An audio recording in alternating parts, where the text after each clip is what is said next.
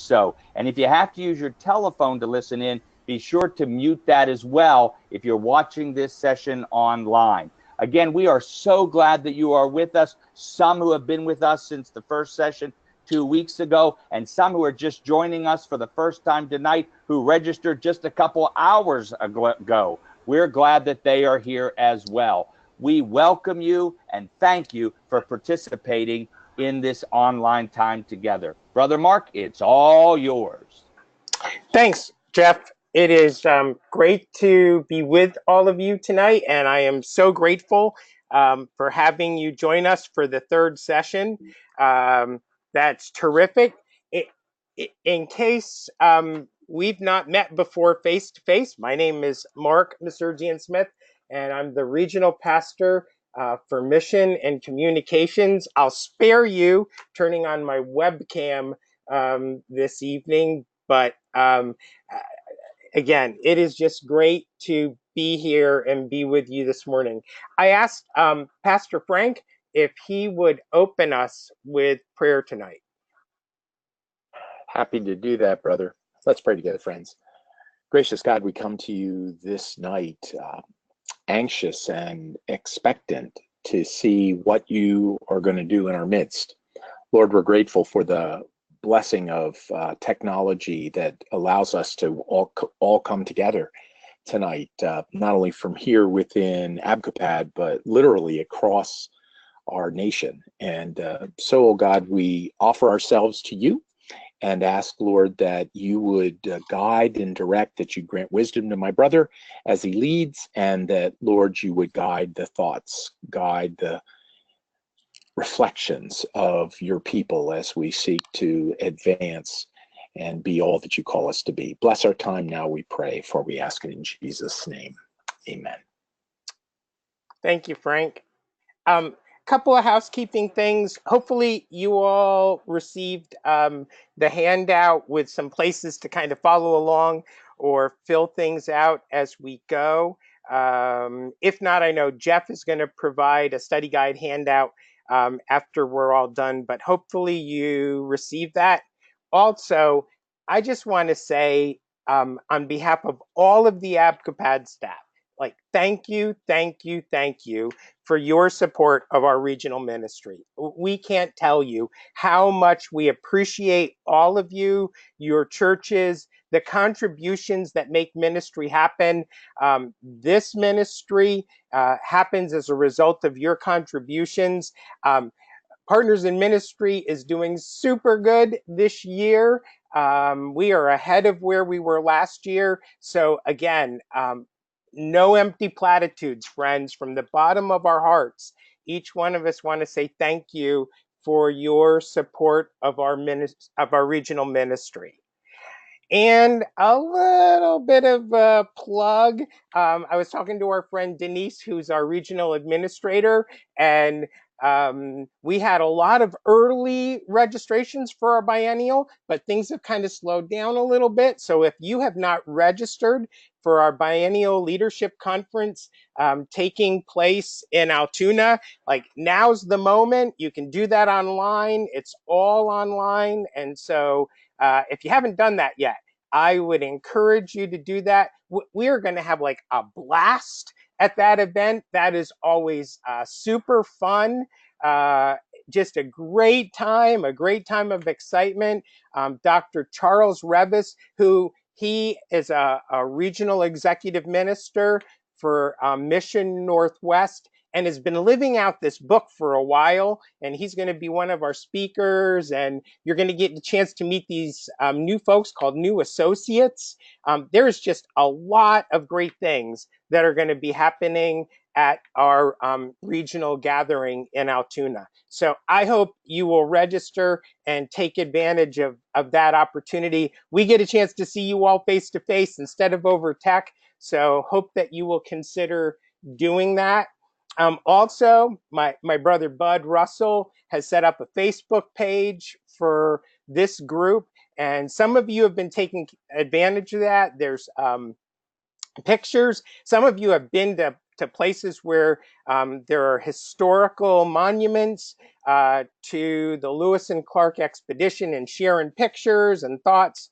So if you have opportunity, you can sign up for this Facebook group and dig a little deeper into canoeing the mountains. And then, of course, yeah, shameless plug, right? I would encourage you to consider maybe a mission trip. We've got some mission trips to Houston and Puerto Rico, actually waiting on some calls from American Baptist Home Mission Societies about disaster relief in the Carolinas. So there are great opportunities to serve. And oh my goodness, when you show up at some of these places that have just been devastated, being the hands and feet of Jesus, you bring so much hope. So if you're interested, connect with me after, shoot me an email, send me a text message regarding mission trip opportunities, and would love to share more about that. So to start this evening, we're going to play, you're going to get a chance to hear Todd Bolsinger again, talking about team, talking about a core of discovery. I got to tell you, I had to monkey with the video just a little bit because it was really soft when it came to us. So I hope this will work. And let's see. All right. And building a core of discovery. My definition of leadership is that leadership is energizing a community of people toward. Oh goodness. Let's do this again. Building a core of discovery. My definition of leadership is that leadership is energizing a community of people toward their own transformation in order to accomplish a shared mission in the face of a changing world. In this little lecture, I want to talk about both the notion of transformation and the way in which that transformation comes through a shared process, particularly through the work we do with our teams and the importance of having a team that is like a genuine core of discovery. If you're a Lewis and Clark fan like I am, then you know that the core of discovery was the group of people that was sent, led by Meriwether Lewis and William Clark, to the Pacific Ocean by way of the Missouri River in order to find a water route that would connect the Gulf of Mexico to the Pacific Ocean. It was a critical task, so important that they were commissioned by the President of the United States shortly after they purchased the Louisiana Purchase. This water route was the key to the economic survival of the new nation. And what we'll learn in this lecture is the importance today of developing good teams of people, teams that trust each other and are competent and are able to work through and bring change together in order to bring the kinds of change we need going into uncharted territory. One of my favorite quotes on leadership comes from Margaret Wheatley. Margaret Wheatley talks about this. She talks about, in many of her writings, that there's no way to really prepare or to predict for the future. You can't predict the future, but you can prepare for the future and for the unknown through the quality of our relationships. Look at what she says. The primary way to prepare for the unknown is to attend to the quality of our relationships, to how well we know and trust one another. Pause for a second. If you're watching this, you're probably a pastor or a nonprofit organization leader or a Christian in mission of some kind. And immediately when I talk about the quality of our relationships, you know exactly what that requires. And you'll do it joyfully. Most of us, what we mean is we build our quality of relationships in our personal ways of connecting, through our friendships, through potlucks, through meals, through sharing life and being in life together. And those things are true. But I want you to notice what Margaret Wheatley says about the kind of quality of relationships needed to accomplish a mission. There is one core principle for developing these relationships. People must be engaged in meaningful work together if they are to transcend individual concerns and develop new capacities. And did you catch that? Genuine trust is built in meaningful work. In other words, there are a lot of people who love each other and pray for each other and care for each other. There are a lot of church staffs and leadership teams and boards of directors who have deeply caring relationships, but they don't have nearly enough trust in order to be used by God in uncharted territory to accomplish a mission. Trust is built in the mission. So let me take you back to Lewis and Clark, and what are some of the things we can learn from them about building a genuine core of discovery, a team of trust that cares deeply for each other, and at the same time is able to accomplish the task that they've been given. What it requires is a group of people who can navigate together the harsh terrain of change. One of my favorite books on the subject is by Alan Deutschman. Alan Deutschman wrote a book called Change or Die. What Alan Deutschman studied were the kinds of people who were told by their doctors they needed to change or die. These were the people who were given that sober look after a physical exam, where the doctor looked at the chart and said to them, "Why don't you slip your clothes on and come back to my office, and then let's spend some time chatting just a little bit." They nervously sat down in front of in their chair in front of the desk. The doctor came, opened the chart, let out a sigh, and looked at them and told them, "I need to tell you that the news is very sober. If you have one more cigarette, you take one more drug, you have one more drink, you eat one more Twinkie, if you are unable to change your life today, you will die." What Deutschman discovered is that if you could get people's attention, if you could lay out the facts before them, if you could look them eyeball to eyeball and make sure they understood just how serious their condition was, if you then gave them a choice, then 90% of them will die. Even with that dire of circumstance, people fear change more than they fear death. Now, what Deutschman did was something really remarkable.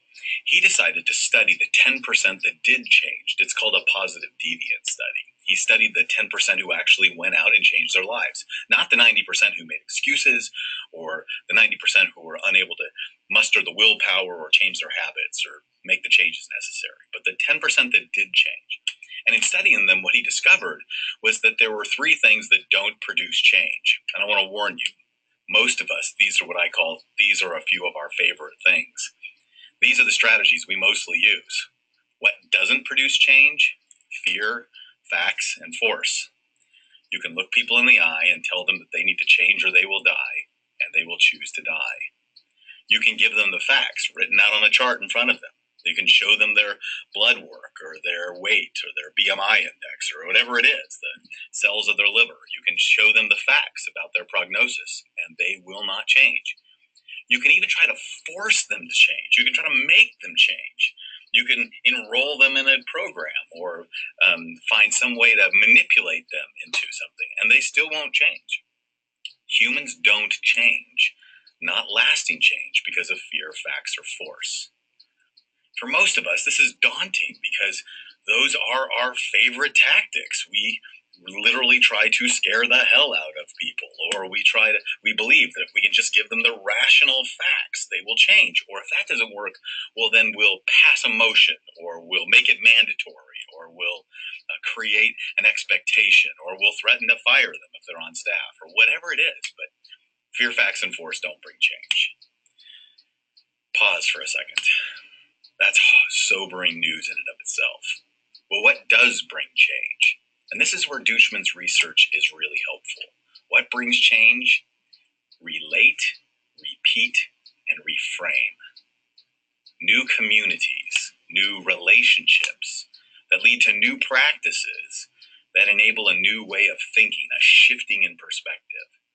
When relate, repeat, and reframe is done radically, not recklessly, not ruthlessly, but radically to the root of the problem, not tweaking change, but making a clear change that gets to the heart of the problem, well, then change happens.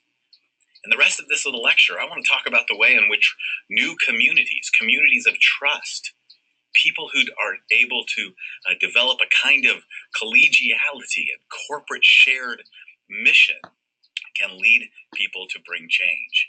Relate, repeat, reframe. It all starts in relationship. Leadership is energizing a community of people toward their own transformation in order to accomplish a shared mission in the face of a changing world. And one of the ways we learn this the most is from Lewis and Clark. And as Stephen Ambrose has said, we know them as Lewis and Clark, one word. You can be in Lewis Captain Idaho and often not know it was named for Meriwether Lewis. Or you can be like me, who was doing this presentation in Clark County, Kentucky, walked right by a statue of William Clark without even noticing, and used this illustration before someone pointed out to me that I didn't even know that this county that I was sitting in was named for William Clark. Because until when Lewis and Clark's names are not together, well, then we miss it.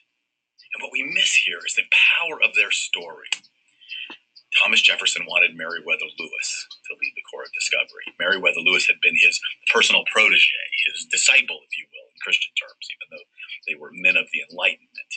He had literally tutored him and schooled him in the knowledge of the day and the values of the day and the deeper values of caring for the common good and the raising the knowledge of humankind.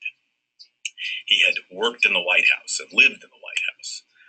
Meriwether Lewis was Thomas Jefferson's man. Thomas Jefferson gave the most exciting adventure that he could imagine to his protege. If you've ever been to Monticello, you know that the very front room that every guest entered for the rest of his life held up all of the artifacts that the Corps of Discovery brought back. Thomas Jefferson loved this adventure, and he gave it to his favorite person, his most trusted follower, his most trusted protege. And immediately, Meriwether Lewis wrote to his old friend, his former supervising captain, the man who had been his commanding officer, and asked him, "Would you join me in this endeavor? And if you do so, we will be equals in every way. Equals in every way. We will be co-captains of the Corps of Discovery. Captain Lewis and Captain Clark, equals in every way." William Clark immediately wrote back and told him he'd be privileged to join Meriwether Lewis on the adventure. Lewis went to Jefferson and told him of his plan, that he had listed Clark in the story, in the journey, and that they would be co-captains, equal in every way. Thomas Jefferson passed along the request that both of them would receive a commission as captains. But there seemed to be some evidence that Jefferson himself wasn't all that thrilled about this. This is a military unit. There's supposed to be a chain of command. There's supposed to be one leader. And Congress, anyway, gave the order. Meriwether Lewis would be a captain. William Clark would be a lieutenant. Meriwether Lewis would be in charge. William Clark would be in support. Meriwether Lewis was embarrassed and disappointed. That was not his plan and not what he had asked William Clark to do. So he wrote to William Clark and said, "I'm deeply embarrassed, but I want you to know that even though Congress has said this, as far as I'm concerned, I will keep my word to you. We will be co-captains, and as far as the men will ever know, you will be a captain. You will be called Captain Clark, and we will be co-captains, equal in every way. We will be partners in every way." What's amazing is 3.5 years on the journey, through all across the continents of the United States, in every conceivable circumstance, completely off the map in an uncharted terrain, having to make countless decisions over and over and over again, including some that they acknowledged that they disagreed with each other about. Not one time did Meriwether Lewis ever pull rank. Not one time did he ever say to William Clark, "Really, I'm the captain, and in this case, I'm going to be in charge, and I'm going to break the tie, or we're going to do it my way." Not one time. As far as the men knew, they were co-captains. Meriwether Lewis and William Clark, equals in every way. I am convinced that that partnership, built out of that deep trust, is what enabled them to go so far into uncharted territory and to have such incredible success. They only had one man die of appendicitis along the way. They had a remarkable success. They found themselves only in a couple of skirmishes, even though they went through many different territories that it could have been deeply hostile. They came back to a hero's welcome because they literally were those who had stretched the boundaries of the human imagination and awakened this new nation to the world in front of them. Lewis and Clark, they were equals in every way, and this deep collaborative partnership that enabled a Corps of Discovery to function in a completely different manner. One of the most interesting stories is what they did with conflict, how that partnership showed up in their lives.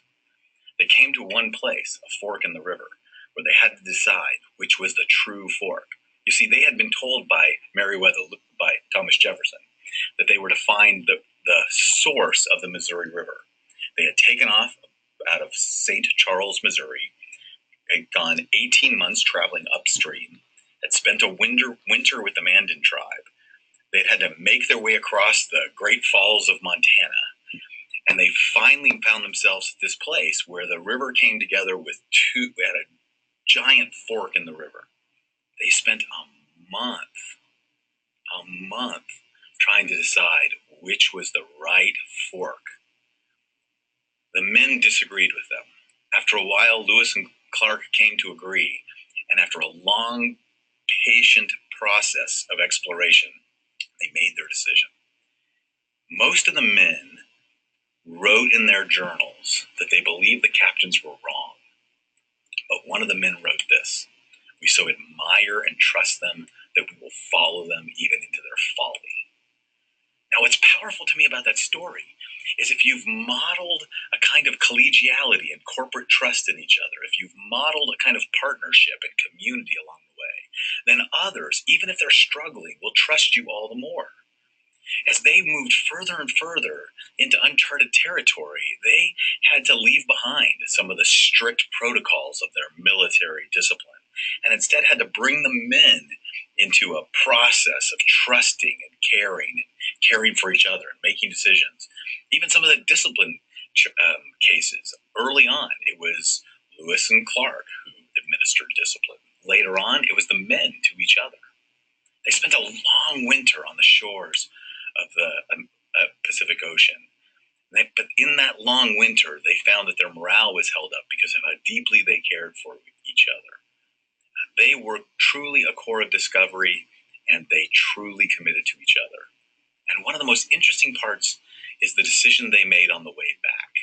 Imagine, if you will, 18 months of going upstream, discovering that there is no water route, discovering that they had to make their way across the Rocky Mountains, that all the maps were wrong.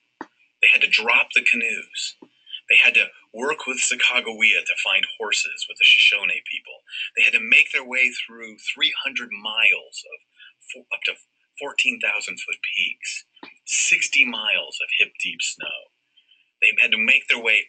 They finally got back into the Columbia River, had to make new canoes, canoed all the way down, floated down to the Pacific Ocean, going through roaring rapids, and spent the winter in a fort of their own choosing, a fort that they had determined together by vote, a fort that established the United States of America through a vote that even Sacagawea, a Native American nursing mother, and York, an African American slave, were enabled to participate.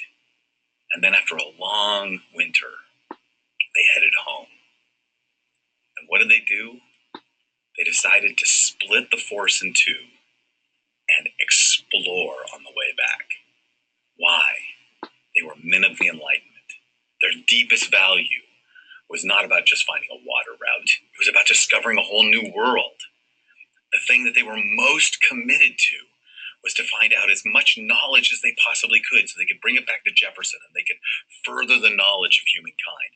They all agreed, and the men who must have been chomping at the bit to make it home, that must have wanted to get back as safely as possible, went with them, agreed, supported the decision. A decision that was so audacious that Stephen Ambrose, a historian, said that Meriwether Lewis and William Clark could have been brought up on charges of treason for diminishing the forces of their corps going through hostile territory. But what did they care about? Their deepest values, their learning. What did they rely on? Their trust. What brings change to a group of people who are just looking for fame and fortune, but instead become explorers for a whole new world? Relate. They were a new community. Repeat. They had new practices of learning and growing, exploring. Reframe. They came back to deeper values than just finding an economic benefit from the new country. Relate, repeat, reframe. What we learned with Meriwether Lewis and William Clark especially in the way that they treated Sacagawea. They brought in as someone who they trusted and was used and listened to as a confidant, is a way of leading that is built on mutual trust in the journey, trust that is built in the mission. But there's one more hero to the story, and it's particularly apt for those of us who are a bit on the older side. As we talk about going into uncharted territory, of leaving Christendom behind, and of stepping into a post-Christendom world, of moving into a world that is so different than the world we were trained for, and moving into a world that requires us to think and learn and be humble and open to the voices that come from the margins. As we think about all of those things, it's tempting to believe that some of us who are a bit on the older side have nothing to contribute. Or it's even more tempting for some of us who are a bit insecure on the older side to think that, well, we need to, put those younger folks in their place. Let me suggest that we have a model. If you know that in the way the world is changing, with the innovation and missionary experiences, the new types of ministry, the new ways of engaging a post-Christendom world that you may not be completely prepared for or trained for. If you know you're not a Lewis and Clark, if you know you're clearly not a Sacagawea, well then if nothing else, be a Jefferson. Thomas Jefferson was 60 years old when he commissioned the Corps of Discovery and sent them on their way. Thomas Jefferson had spent a lifetime, however, learning and studying about the American West. Thomas Jefferson was deeply committed to the exploration of the American West. He had more books on the American West than anybody else in the world, the largest library about the American West. He invested his life in Meriwether Lewis. He made sure that Lewis was completely prepared for the task. He made sure that he called on favors from Benjamin Rush and doctors and scientists and others who were the leading people of their day to make sure that Meriwether Lewis was as prepared as possible. He supported Lewis and Clark and made sure that they were well outfitted and had plenty of money and resources. He even gave them letters, so if they needed to find their way from the Pacific Ocean back on a ship, that they were promised that the United States government would stand behind them. And when they finally made it home, he made sure they got paid and got the honor they deserved. Thomas Jefferson didn't go on the Corps of Discovery, but he made sure it happened. One of the reasons why I now work in a seminary and I work with leaders all over the world is because I believe that as the world is changing, every one of us is important to the Corps of Discovery. Some of us are going to be Lewis and Clarks. Some of us are going to be Sacagaweas. Some of us are ready for the journey, and others of us were trained for Christendom. But wherever you find yourself, remember, this is the work of God, and all of our gifts and all of our experiences are needed. If nothing else, be a Jefferson.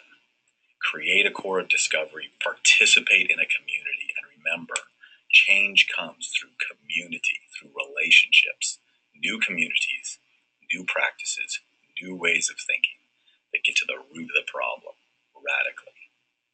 Thanks very much. Thanks for being patient. I know that the video was a little challenging, so I appreciate your patience. For the next little bit, we are going to drill down into the importance of team and why teams are so important if we are going to witness transformation, right?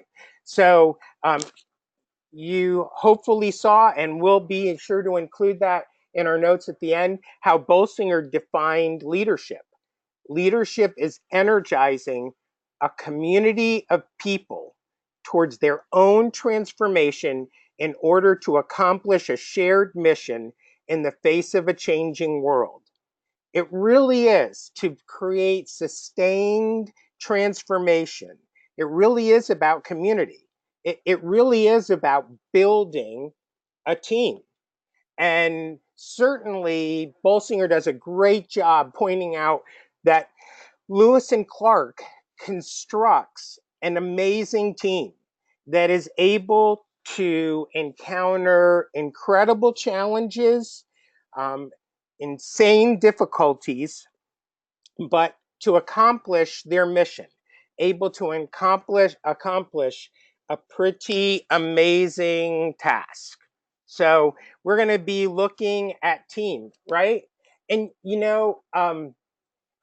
I think, and I was reflecting on my own experience as a local church pastor. We talk about team, but I'm not always sure, as much as we talk about team and the vital importance of team, I'm not always certain that we live that out, right? I think oftentimes when we look at our churches, when we look at the teams that exist within our churches, that they are not necessarily folks that are equipped to be a core of discovery, right? I was thinking about some of the teams that I had when I was a local church pastor, and frankly, some of the teams that I encounter in ministry in our own region, right? And oftentimes, like, I can be away for a couple of years, but it's the same people who have been on the team like forever, right? And I've even talked with folks that have been like, I've been a deacon for 29 years in this church, or I have served as a trustee for 20 years in the same position. And so oftentimes our groups can be pretty static. And in fact, too, like, they work off the same agenda. I can remember, like, memorizing agendas and knowing that we would rush through this agenda super quickly. And I've heard Frank say it before, but the the definition of a rut is simply a grave with the ends kicked out, right? That we can find ourselves in ruts. Despite the fact we talk about excitement in the midst of new teams, way often, they are static groups that are not very well equipped for going off map, for exploration, right? And so I think the fact is, in our culture, there is a cultural bias for having strong leaders. There is a cultural bias to having a single leader who a group comes behind and follows. I think that happens oftentimes from a military model, and a lot of our folks in our churches are accustomed to a military model. They've been in the armed forces, and so they're used to a strong leader. I think that's the model in the corporate world, to have a CEO, a strong leader that everyone comes behind. Certainly, Hollywood has romanticized the concept of a strong leader, something very different than what was experienced with Lewis and Clark. I think, unfortunately, at times, the church has also bought in, right, to that concept of having a strong leader, whether that's the pastor or a moderator or the chair of a board, that all too often we sabotage ourselves in creating team, the kind of team that Bolsinger talked about, because of the cultural bias towards having a strong leader. And that, in no small part, can make creating a core of discovery, a transformational team, challenging, right?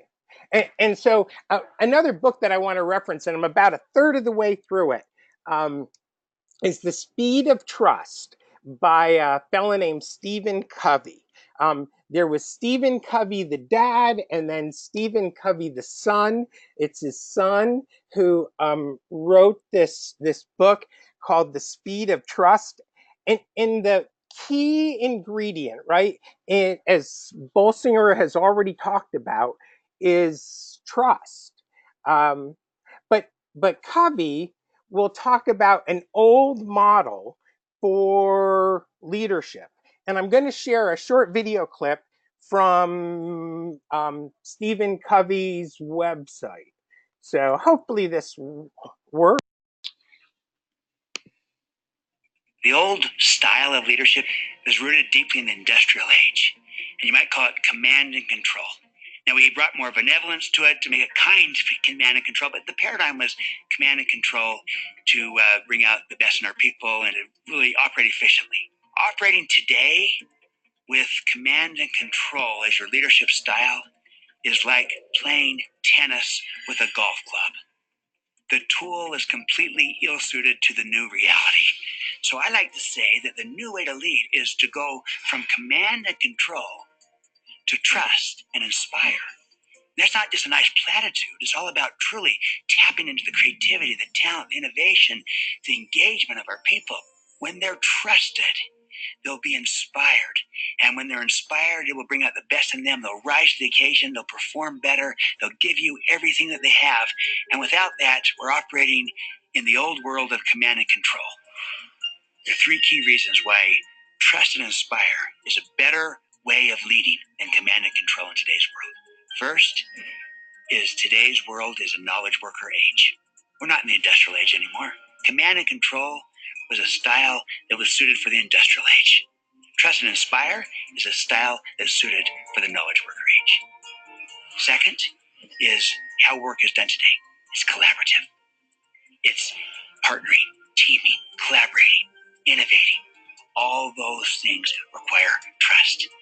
If you don't trust your people and extend trust to them, you won't be able to collaborate with them, partner with them, team with them in the kind of ways that need to happen today in order to succeed. Third, it's a multi-generational workforce. Our workforce is changing right in front of our eyes. Let's take millennials as one example of that. Millennials don't want to be managed. They want to be led. They want to be inspired. And nothing does that like a leadership style of trust and inspire versus command and control. It's a different way of leading that's suited for our times today. We're Franklin Covey, and we know trust.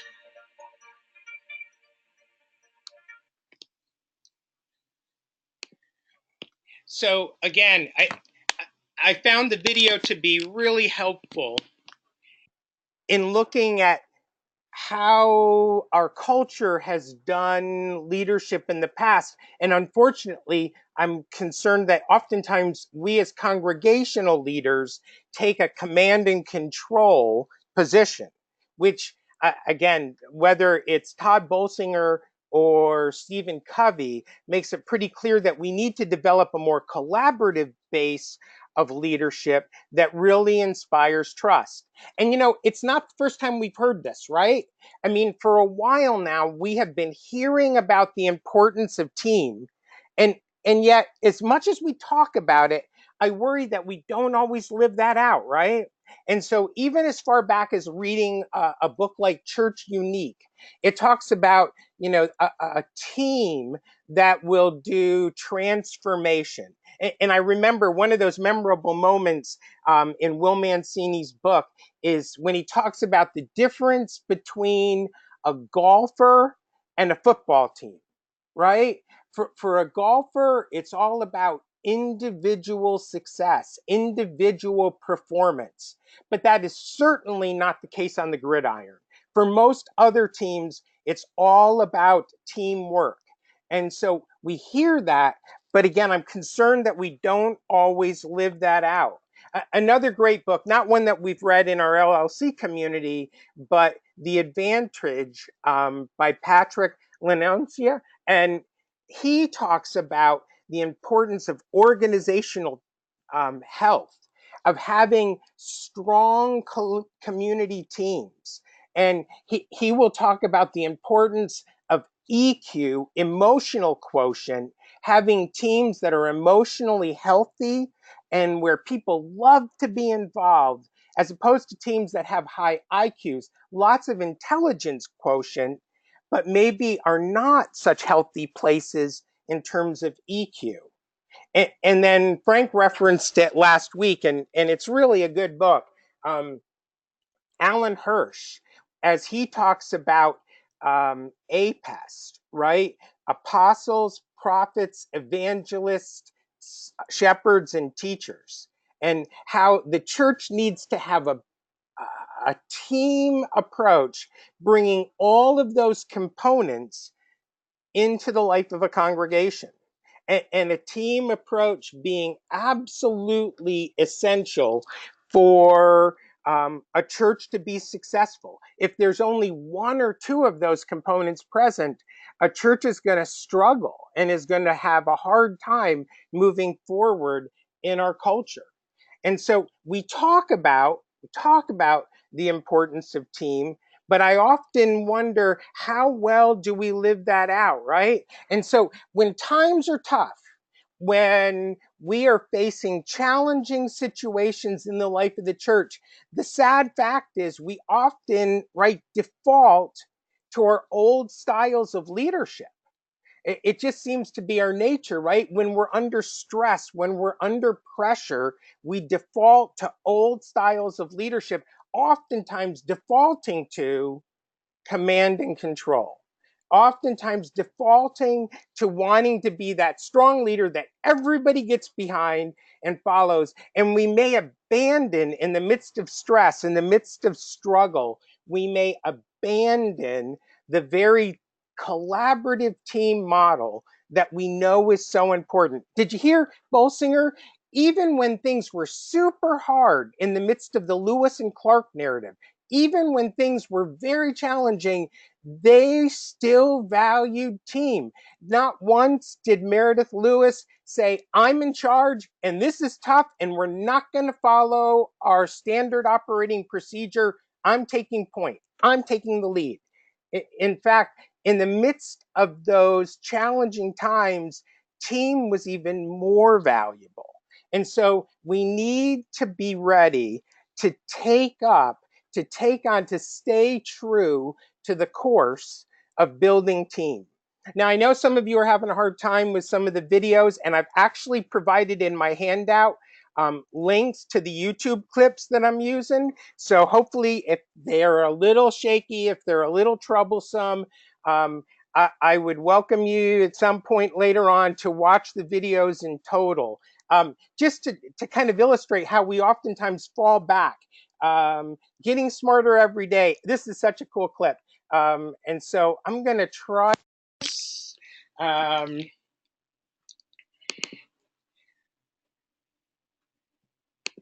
Hey, it's me, Destin. Welcome back to Smarter Every Day. You've heard people say it's just like riding a bike, meaning it's really easy and you can't forget how to do it, right? But I did something. I did something that damaged my mind. It happened on the streets of Amsterdam, and I got really scared, honestly. I can't ride a bike like you can anymore. Before I show you the video of what happened, I need to tell you the backstory. Like many 6-year-olds with a MacGyver mullet, I learned how to ride a bike when I was really young. I had learned a life skill, and I was really proud of it. Everything changed, though, when my friend Barney called me 25 years later. Where I work, the welders are geniuses, and they like to play jokes on the engineers. He had a challenge for me. He had built a special bicycle, and he wanted me to try to ride it. He had only changed one thing. When you turn the handlebar to the left, the wheel goes to the right. When you turn it to the right, the wheel goes to the left. I thought this would be easy, so I hopped on the bike, ready to demonstrate how quickly I could conquer this. And here he is, ladies and gentlemen, Mr. Destin Sandlin. First attempt riding the bicycle. So, the faster I go, the better. Yeah. I couldn't do it. You can see that I'm laughing, but I'm actually really frustrated. In this moment, I had a really deep revelation. My thinking was in a rut. This bike revealed a very deep truth to me. I had the knowledge of how to operate the bike, but I did not have the understanding. Therefore, knowledge is not understanding. Look, I know what you're probably thinking. Destin's probably just an uncoordinated engineer and can't do it. But that's not the case at all. The algorithm that's associated with riding a bike in your brain is just that complicated. Think about it. Downwards force on the pedals, leaning your whole body, pulling and pushing the handlebars, gyroscopic precession in the wheels. Every single force is part of this algorithm. And if you change any one part, it affects the entire control system. I do not make definitive statements that often, but I'm telling you right now, you cannot ride this bicycle. You might think you can, but you can't. I know this because I'm often asked to speak at universities and conferences, and I take the bike with me. It's always the same. People think they're going to try some trick or they're just going to power through it. It doesn't work. Your brain cannot handle this. And so just like riding a bike, we learn certain ways of doing work, doing business. We've learned certain styles of leadership and we default to those. And so it's going to be challenging to move forward in building a team. And here's an exercise. We're not going to obviously do this tonight, but when you are with your church leadership team, when you are with your deacons or trustees, I'd ask you to try this little exercise, right? I would ask you to invite your group to pick a sports team or to pick a music group that best describes your team, right? And give them some time to think about what best describes your team. And it's interesting, we've done this in a couple of other settings, and sometimes I've heard folks say, that we're not a team. We're a music group that performs all solos, but we don't sound very good together. I've heard folks say, we're a team of one. One person goes out and does it, and the rest of the team sits back and watches. And I do have the Eagles up there, but you got to know my office is in Steelers colors, so it's just who we are. But again, I would invite you to really think about, as a church family, what kind of a team are you?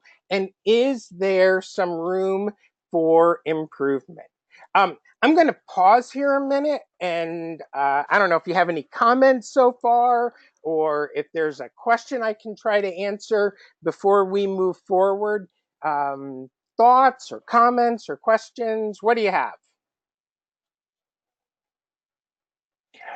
Mark, I've been watching the chat box, and at this point, we don't have any questions.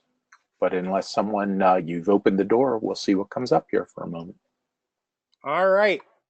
Well, hey, if you have thoughts or questions, type them in the chat box. We're going to take another break in just a little bit. Again, hopefully you guys are following along with our with the handout. And as I said, those clips that I'm using are all present, and you can get them. Actually, I think I missed one, and I will send that along a little later as well.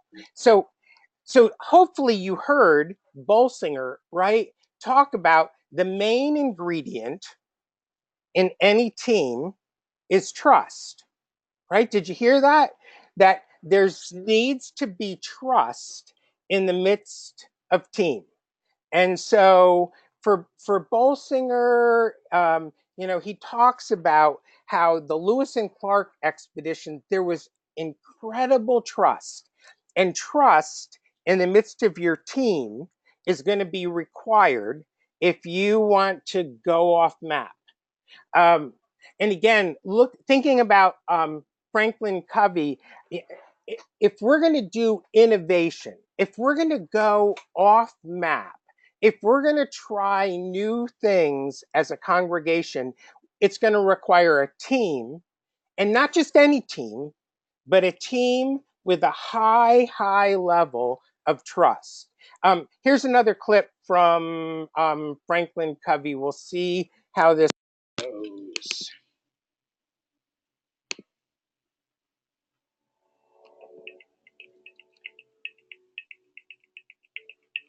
Everybody today is focusing on innovation, and they should be. But what a lot of people don't get is how the foundation for fast innovation and sustainable innovation is trust, a culture of trust. I'll tell you why. There's 5 key reasons why trust impacts innovation in very significant ways. The first, trust leverages differences. And if you think about it, the innovation is when you have a collision of differences in the right environment. The right environment is an environment of trust. Without that, when there's differences in a low trust environment, you might get suspicion, divisiveness, even destruction, versus creativity and synergy, which can come from trust. Differences in the right environment of trust, creating synergy. Second key reason is that trust enables collaboration and partnering and teaming. And the nature of the work on innovation today is done collaboratively. It's not just independent, it's collaborative innovation and partnering innovation. And you can't collaborate with people who you don't trust. You can coordinate with them, but you can't collaborate. So it enables the collaboration that leads to innovation. Third, trust enables risk-taking. When there's high trust, people are not afraid to take a risk, not afraid to take a chance. When there's low trust, they're very careful and cautious about taking that risk, taking that chance. The fourth reason is that trust creates a culture of learning. It creates an environment where people can learn and develop and grow. And without that trust, you see less learning take place. So there's a real connection between trust and learning in an organization. And then finally, fifth, trust creates speed. In fact, I call it the speed of trust. And in this case, innovating at the speed of trust. And that's the name of the game today. In fact, everyone's focused on this. We not only have to innovate, we have to innovate fast. We have to get there fast. You look at Silicon Valley, they're calling it fail fast. So yeah, you make mistakes, you learn, you grow, you develop, but you move fast. Everything's about speed, speed, speed. And the key to speed, trust. You want to innovate fast, increase the trust. So those are 5 powerful ways that trust is connected to innovation.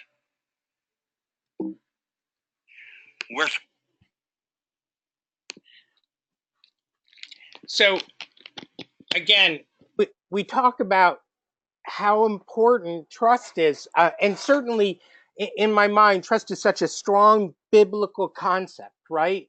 That we serve a God who we can trust. Jesus demonstrates that he is trustworthy in the midst. That there is the fact that our God is faithful and trustworthy is so important as a concept.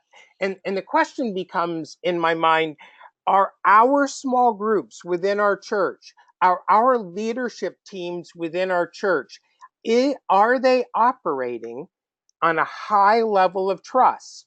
And Covey will talk about two things that create trust, the two components of trust. One, he says, is the root system. It's the character, right?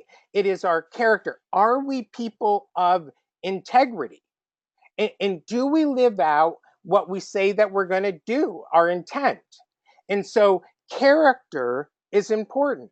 And I think many times as leaders, we have congregations, whether they're pastoral leaders or congregational leaders, who are people of integrity. But just to say, when character is diminished, trust falls apart, and a church simply can't move forward in that kind of environment. That's why maintaining character is significant. But along with that comes competency. And so competency being, have you demonstrated that you're a leader who has capability and has demonstrated results? And so I worry sometimes that it's hard to follow leaders who have not demonstrated competency. And if our churches are questioning whether we have competency, it will be hard to trust us and therefore hard to move forward.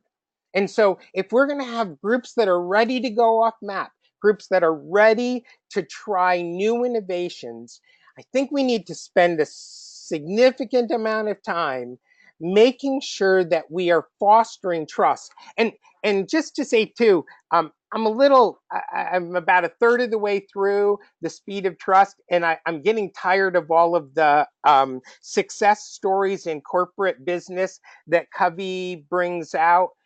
But I do like the basic principles of the book. I find them to be really biblical principles in that we need to have groups that perform at a high level of trust. And I think if you were to look at congregations that are moving forward, oftentimes it's because they're operating out of trust and therefore have the speed that Covey was just talking about. Um, and did you see what Bolsinger said? I don't know if you heard or saw in the video how trust is created. Bolsinger will say trust is created in the midst of meaningful work. I hope you won't miss that. Trust is created in the midst of meaningful work. It is when we actually are on point, when we are actually on mission, when we are actually doing things in which that is the environment where trust is built, formed, created, right? And so in the book, if you're reading the book, you'll remember the little story about Gus and Hal. One of them is hard of hearing, can't see, I'm sorry. One of them is struggling with vision issues, is blind. The other is wheelchair bound. And yet, in the midst of navigating the world, they work together and they develop this amazing trust as a result of one's capacity to see, right? But that's the person in the wheelchair, and the other person who's pushing may have vision issues but has mobility, and they develop this great relationship of trust. It is in the midst of meaningful work that trust is formed. And so, I love what Bolsinger talked about. He said, oftentimes as church people, we will talk about the quality of our relationships. And we say we love one another, we greet one another on Sunday mornings, we give each other hugs, we pray for one another, we may drop a card or a letter to support one another. But those things do not, in and of themselves, I think Bolsinger would say, would build an environment of trust, right? Those things do not necessarily build trust. It's in the midst of meaningful work that trust is formed. When we're actually like shoulder to shoulder, swapping sweat with one another, working together in the midst of projects, that trust is formed. And I think, unfortunately, at times, right, our boards and committees, they spend lots and lots of time meeting together, but if they're not in the midst of meaningful work, gathered around a boardroom, it does not necessarily foster trust.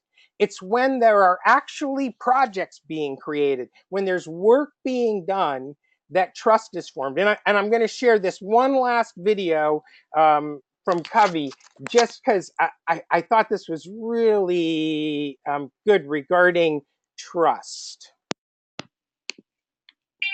I find today leaders are becoming increasingly aware of this importance to collaborate, especially between groups and among groups, but they still often don't recognize how trust is connected.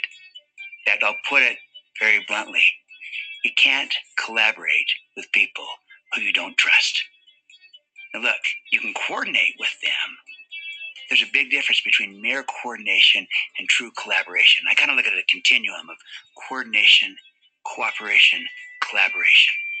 You don't necessarily need trust to coordinate, but the further you move up that continuum and move towards collaboration, it requires a higher and higher level of trust. And it's really trust that turns mere coordination into true collaboration.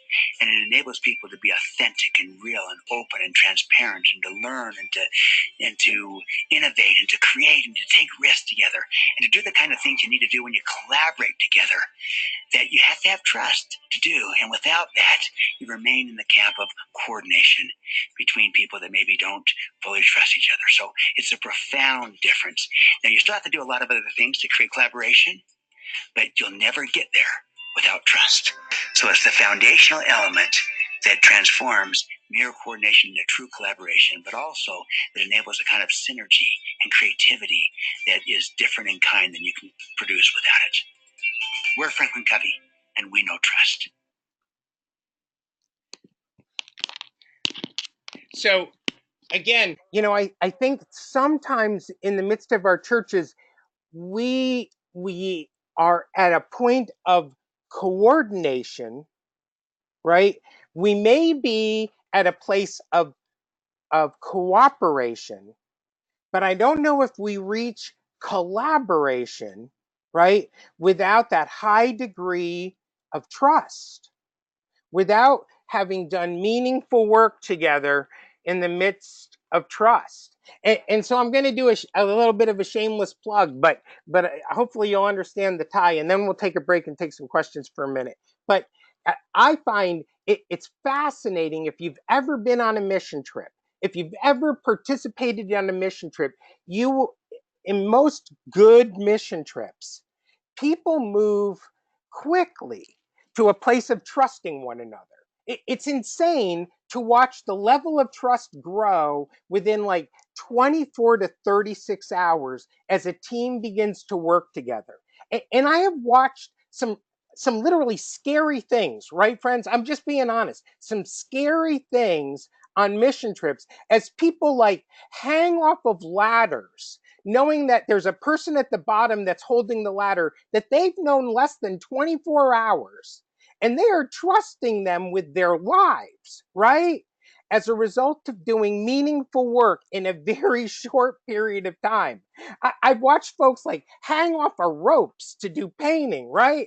And they've just met this person 24, 36 hours ago, and they're already trusting their lives with people on mission trips. Why? Because you're doing meaningful work, and in the midst of that work, trust is formed, right? I mean, look at what happened with the disciples. Look at what happened with the early church in the midst of doing meaningful work. And so it can't just be our time in the boardroom, right? It can't just be our time in a Bible study. It can't just be our time getting together in morning worship for an hour each week. It has to be so much more than that. And it's kind of fascinating, and maybe some of you experience this as well. The trust that's created in the midst of mission trip, that comes home with you. So if you have church members that have been on the mission trip together, you now have a bond, and you trust those people in the midst of doing congregational work as a result of the mission trip, right? Because you are doing meaningful work. And it's funny, and Sally's on the call, and she sent me a message quick. I had asked Sally if I could like unmute her, and she's been on a lot of mission trips with me and on other folks. And I had said, Sally, could you talk a little bit about trust? And I appreciate my friend so much. She was like, no, Mark, but here's a thought that you could read to folks. Trust happens when the group has a shared goal, and the individual, the me, no longer takes first place. Trust is knowing that the person standing beside you will be sure that the 20-pound rock in their hands will be placed firmly into your hands before they let go of the rock.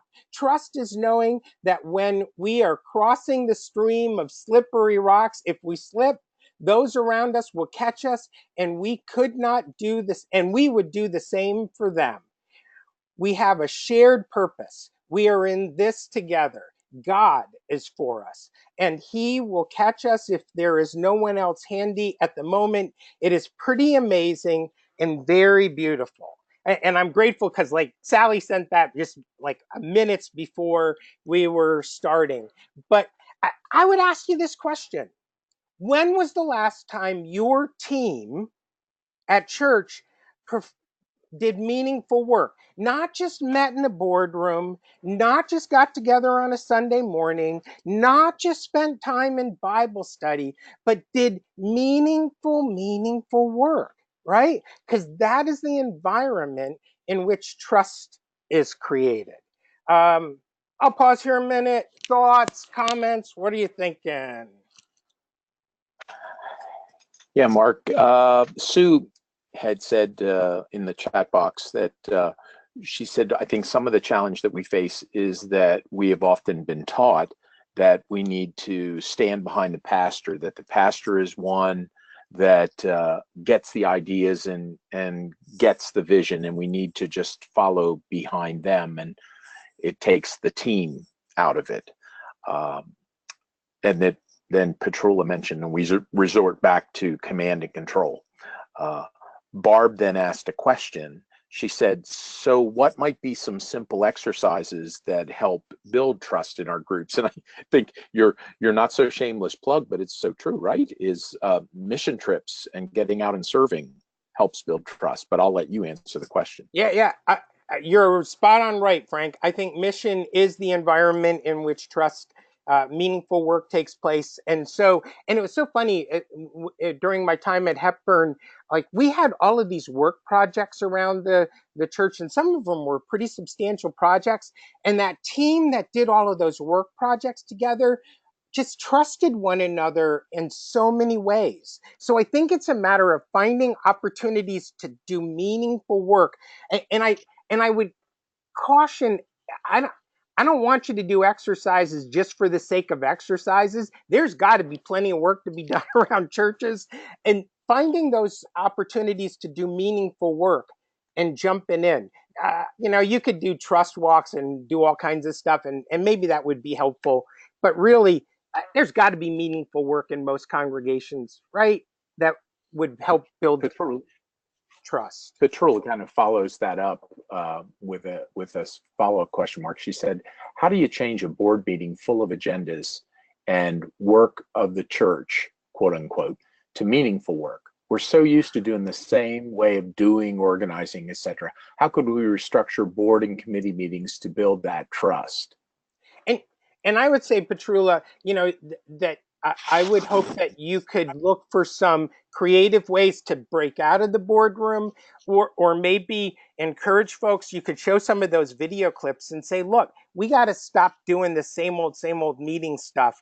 I don't think that's helping us. Let's go do some things together to begin to build that environment of trust. I think I would play those video clips, and if they're resistant, I would try to demonstrate the importance of building trust.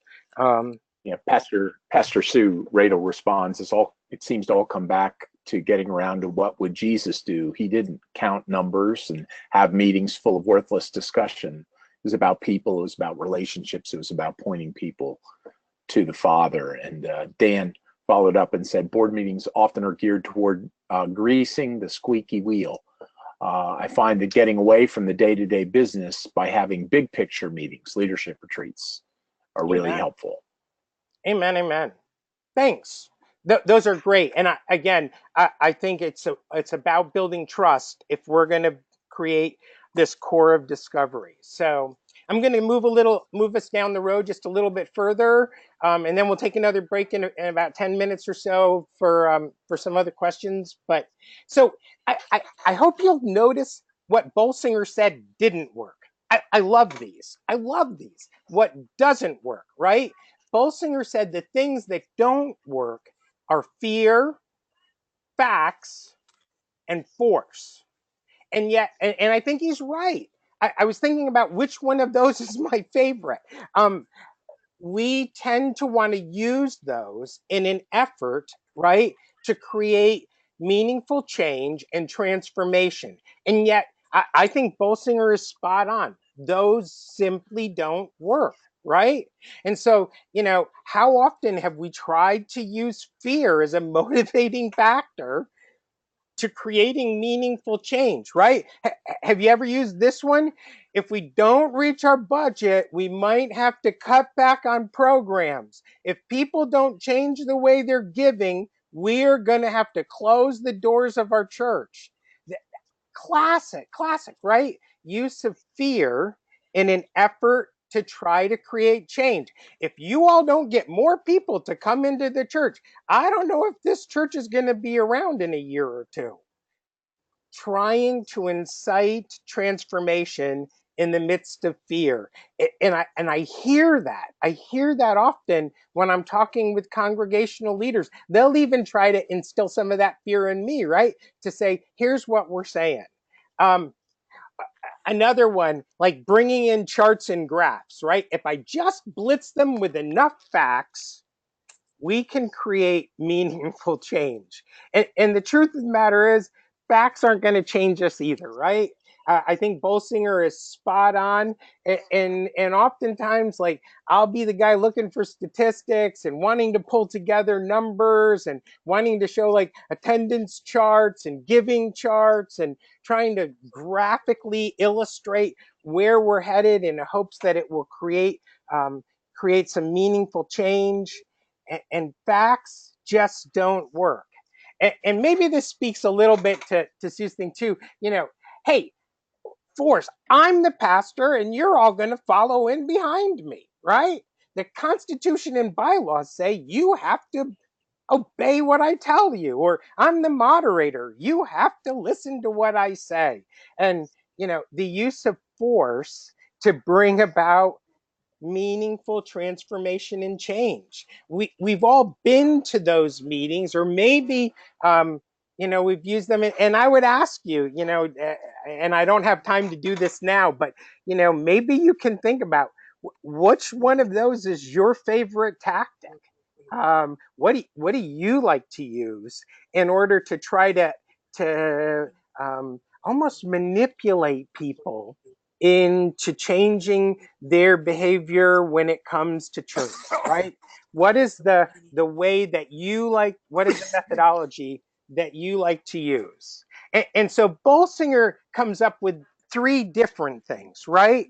Three different things to bring about change, and he gets those from that book, relate, uh, repeat, and reframe, right? And so those are the three things that Bolsinger says in terms of creating this core of discovery, creating this team that is so important. So Bolsinger begins by talking about the importance of relating, and it really is about relationships. If we're going to build a significant team, it is going to be about relationships, creating new communities, right? And it means we have to be connected. Probably, again, more than just an hour on Sunday morning, more than just like an occasional board meeting. Our team needs to be connected, needs to be connected with one another. And another part of this that I think is so important, friends, it's not just about connecting with those relationships that are the kind of tried and true relationships in the life of the church. It is also about inviting new voices into the mix. If you're going to be innovative, if you're going to be transformational, it means looking at the folks that are outside that core group and inviting them to come in so that they can bring a new voice into the midst of your group.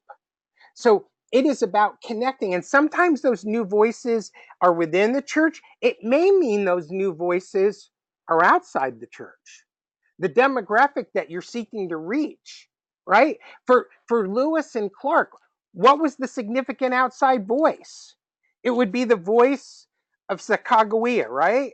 That would be the outside voice that would make a huge difference in that team, right? And so, and I'm going to use ABCAPAD because it's the ministry I'm most familiar with as kind of a model for how we're trying to do stuff. And I asked Frank if he would talk about how are we bringing in new voices in terms of that relate piece to do ministry innovation. Frank, you want to speak to that a minute? Sure, brother. I'm happy to do that.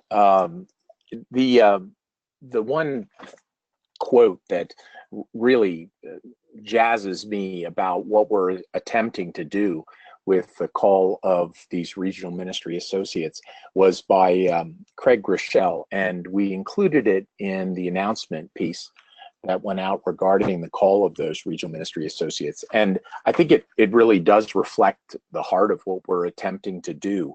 And I'll just read it for you.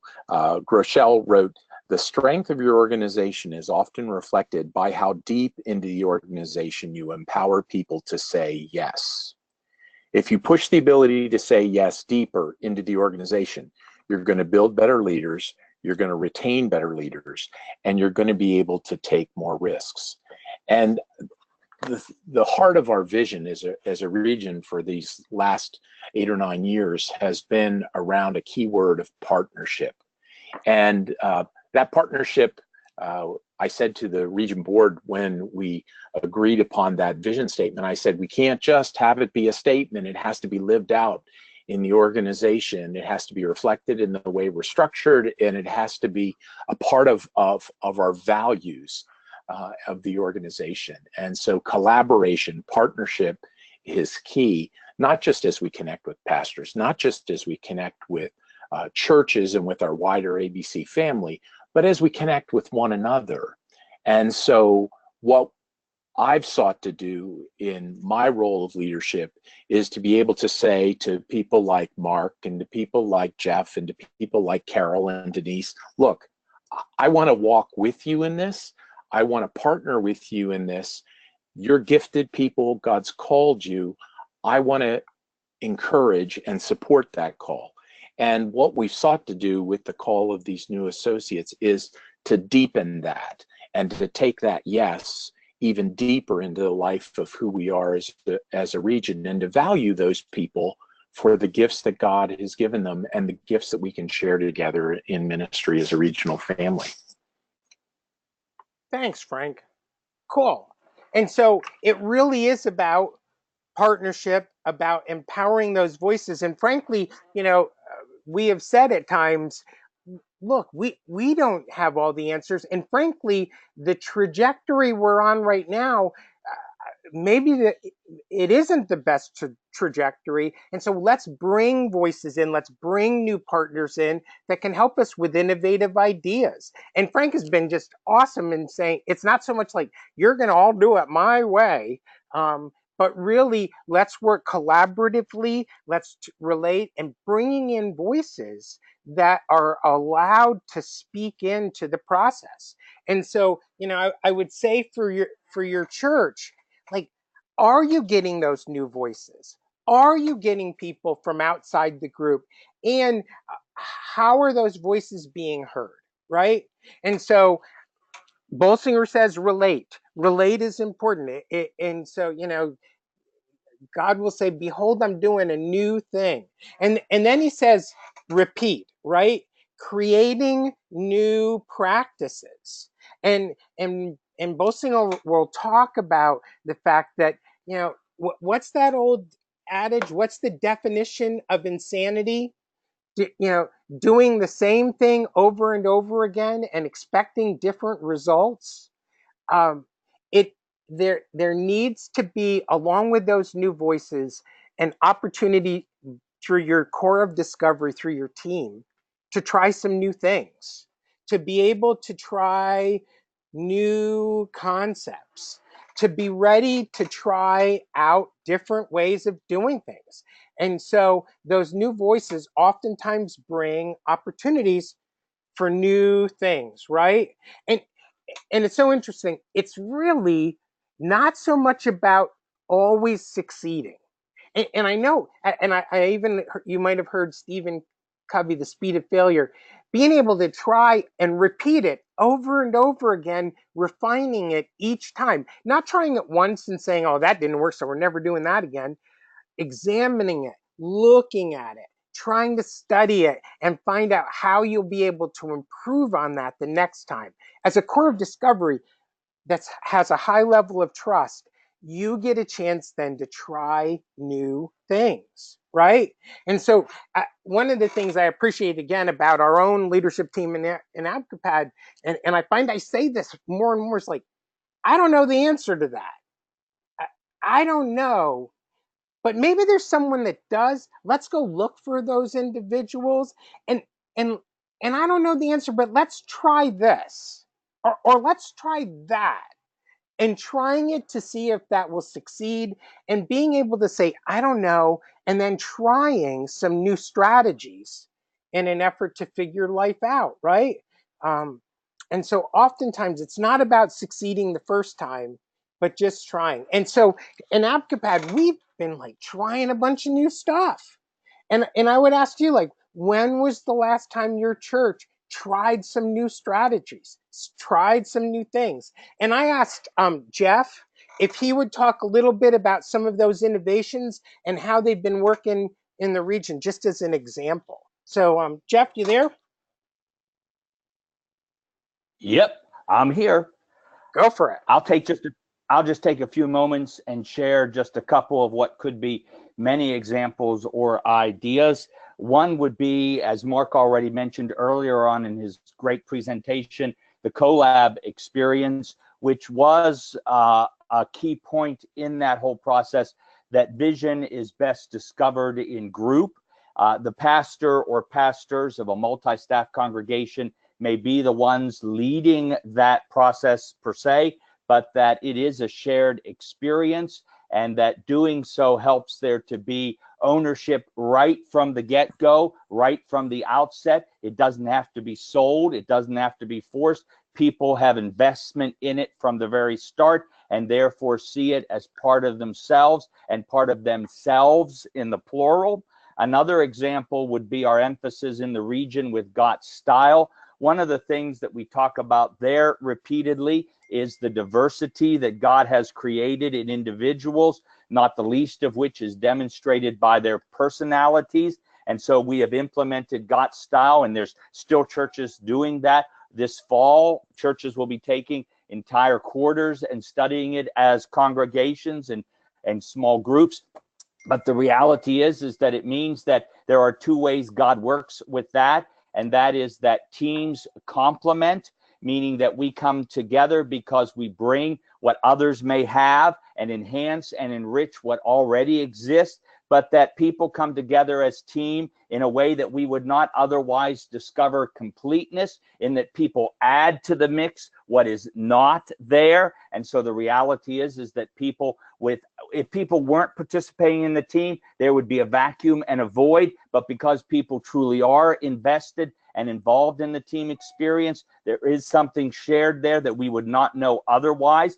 But I think this whole ministry associate reality is another example of innovation, because we looked around and saw where there were areas where we were not completely able to do everything, not only because we just didn't have the capacity or the time, but because God didn't wire us that way. And so other people have been called to step into these roles, not the least of which, and one of my responsibilities, is working with churches in the midst of conversations about closure, and now having on board Reverend Carol Ross Irwin, whose God has called to a chaplaincy counseling kind of ministry. She's coming alongside to work with me as team, to walk with congregations through these periods of discernment and decision, holding their hands and holding their hearts, and being able by our region to use the gifts God's given her in ways she wouldn't have otherwise, and for us to tap into her to serve in ways our congregations we wouldn't have the possibility to do otherwise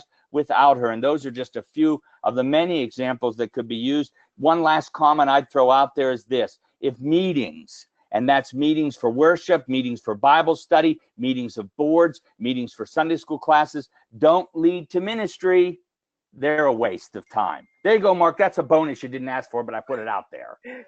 Thanks, Jeff.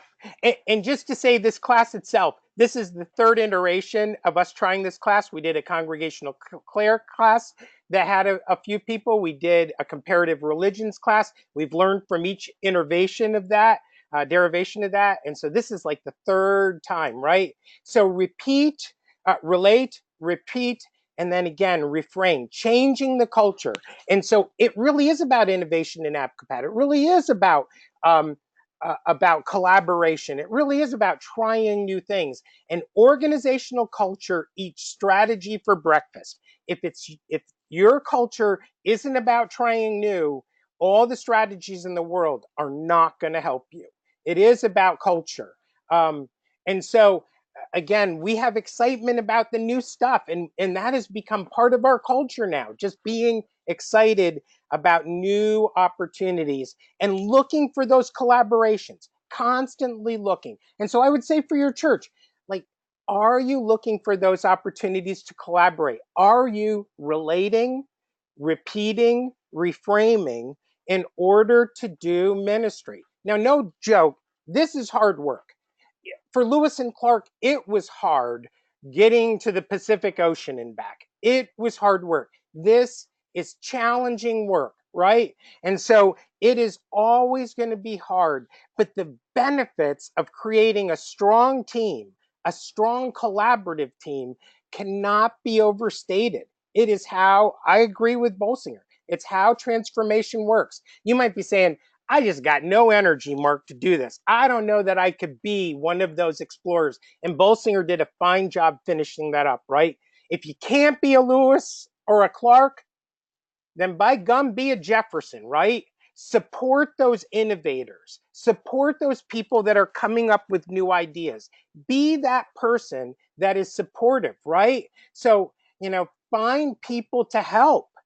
Find people that you can come alongside of and encourage and support. You know, be a person that inspires, so then when those new ideas come up, you are not the one that's saying, well, that's never going to work. We tried that years ago and that failed. That's just the dumbest idea I've ever heard. Be that person that helps to cultivate and to aspire. More and more for me, it's about being open to new. God loves doing new things, and being open to new in the midst of ministry, right?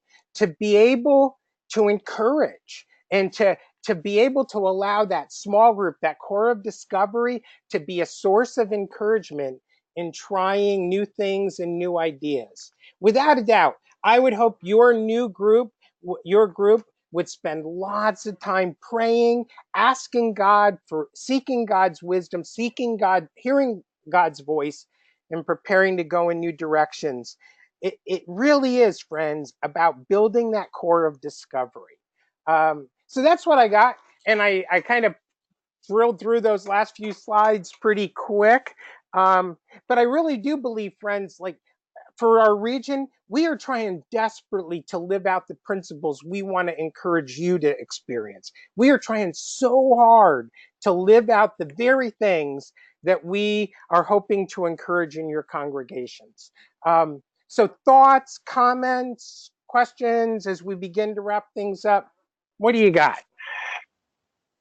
Well, there was quite a bit of traction, Mark, around that idea about driving yes deeper into the organization, and what does it mean to be an organization where yes is the predominant word as opposed to no, right?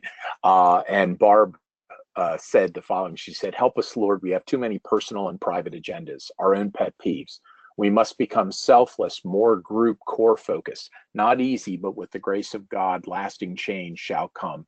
This is truly a challenge." And then Sue asked a question. She said, "Is there any biblical pattern or example of this collaborative exploration?" And Dan wrote back, "How about the Exodus?" And I guess in my mind, I thought too of Nehemiah. Was another example of collaboration for sure. Amen. Well, and I think the entire church, even in the book of Acts, we see, the various folks with different leadership styles, different cultural backgrounds, moving into different areas for mission. Paul, as much as he looks as an individual, had a team around him to make it work. Certainly, Jesus is highly collaborative, right? I mean, he could have done it on his own, but he chooses to work in the environment of the disciples, and even amongst a larger group. And let's face it, the church in and of itself, the body of Christ, is one enormous collaboration, isn't it? And so the church itself stands as a great example of this amazing collaboration. I don't know if that helps or not, but yeah, Joshua too, absolutely. Lots of evidences of folks that work together to do some real, like Jesus does some amazing, innovative things through his collaborative team. Yeah, good example. Other questions or comments or thoughts? I know we're like running out of time, so.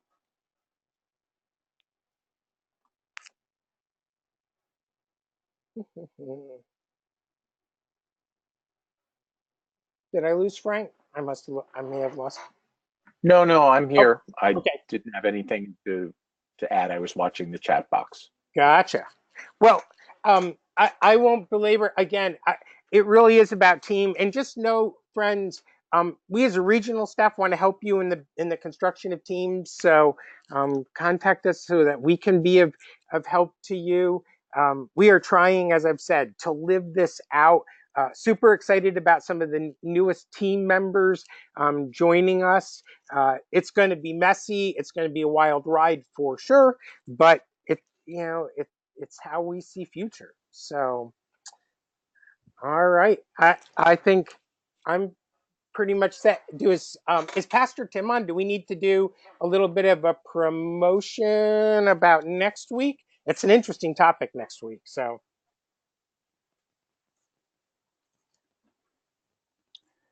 I don't see Pastor Tim's name listed, but we'll just remind you that we'll be gathering online again next week at 7 o'clock. We'll begin the session at 6:15 to allow those that may be having some technical difficulties to work those out. Don't forget, in a couple days, we will provide you a link so that you can go back and rehear some of the sections of this that maybe as you're taking so much in, you weren't able to concentrate on, or maybe your connection was not the best. And so you'll have the opportunity with just yourself to be able to listen and hear what was shared and what was said. There'll be a study guide provided as we're able to put that together with the handout that you already should have received. Again, all three of these sessions from the first week in September to this one tonight will be available to you. We thank you so much for participating. Next week, Pastor Tim will be talking about, okay, so you're putting all these pieces together. What happens when you get some pushback?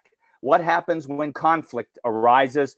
And sadly, what do you do with individuals that literally are intentional about trying to sabotage your efforts and literally try to undermine your group experience? And those will be what he'll be taking us in to look at together. So we thank you so much for being with us this evening, and we look forward to joining us next week. God bless you all, and have a great rest of this week. amen. Good night, friends. Have a good evening. Good night, everyone.